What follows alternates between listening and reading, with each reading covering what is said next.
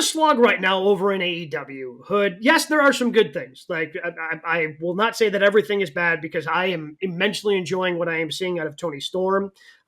Most of the things they're doing right now, actually in the women's division, I enjoy. Whether that's Hot Girl Graps from Collision on Saturday night, which was hilarious with Harley Cameron. Yes. Going up against Mariah May, the story that they've got with Tony Storm, Mercedes Moné starting to come into her own in AEW as well. Like I think a lot of those things are working. On the men's side, though, it feels a little bit more sluggish. What's the biggest issue that you would fix right now in AEW? I just think it's continuity. And first of all, the overarching point of all of this is continue to realize that you are a challenger brand, that you're not against anybody. You're not really against WWE head to head. You have to be able to battle your own inner demons as a company and get better. I think that a best step forward is on Wednesday night in Cincinnati. People were shitting on AEW and they saw WrestleTix and said, oh, they only drew 1,500 people. Yeah, but it was a sellout though. And I think that this has to be able that was to a cool arena, by the way. It was. I love the way that was set up.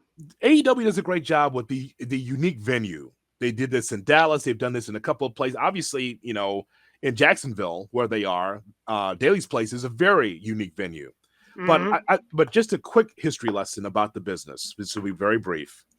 Smaller venues have always been the thing for TV for a long time before the Monday Night Wars. The Monday Night Wars, you got WCW, you got WWF, and they're trying to be in all of the big buildings because they're going head to head because they're hot-shotting. They're going to be in 20,000 seat buildings, 17,000 seat buildings. But before the Monday Night Wars, TV was just set up so you can get people to come to the house shows or set up the pay-per-views. It didn't matter how big the crowd was. Now, the key is for AEW, Gabe, is that I don't mind you being in a 1,500 seat arena. It's cool. It gets loud.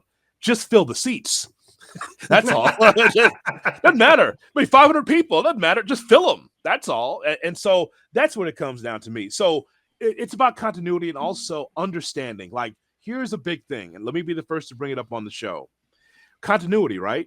So you can only use this card once, and that is the veteran card. How do you get a young talent over or someone you want to get over? Use a veteran in the back. Jeff Jarrett against MJF is a head scratcher to me because it's like, Jeff Jarrett. So the whole story is Jeff is going to have one more year in AEW. So you take on MJF. So when MJF beats Jeff Jarrett, that doesn't elevate MJF. He's already over. But you did it not once, but twice in the same cycle. Why is Christopher Daniels taking on Hangman Page? Why is he doing that? I respect CD. I spent a lot of money in the indies in an ROH watching Christopher Daniels. But if you're going to do that card once, and we've seen it for years, Gabe, use a veteran to get someone over. Why do it twice on the same show with CD and Hangman Page? See what I mean about continuity? Those are the things they got to work through, I think. I think they need to have the courage to see some of this stuff through. I don't know what the hell happened with the Death Riders. It had so much potential. And now they're in a 12-man bleeping tag match with Chris Jericho.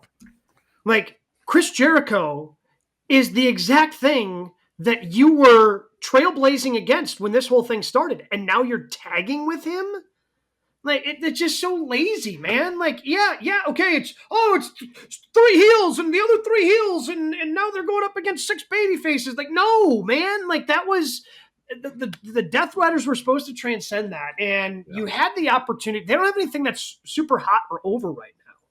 Like, I think, again, Tony's got still a lot of potential. They need to give it still more time, but on the men's side of things, like this story had all the potential in the world. But it also, when you talk about continuity, when the one thing with WWE that I think Hunter's done the best, and I've mentioned this before, I think he's really good at connecting everything. Like, everything's connected in the WWE. It's not like, oh, we've got this thing over here and this thing over here and this thing over here and this thing over here. And they don't really interact with each other.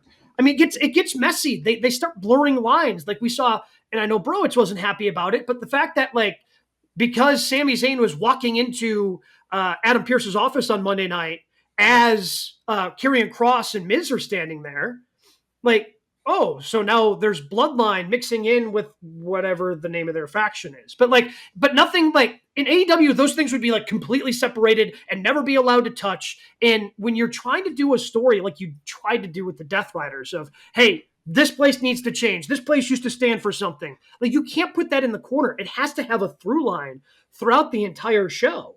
And they just too many things are segmented, and then when you try to cross them over, it doesn't make a ton of sense. The way that they're doing this 12-man tag thing with the Death Riders and the Jericho thing, and it's just so disappointing.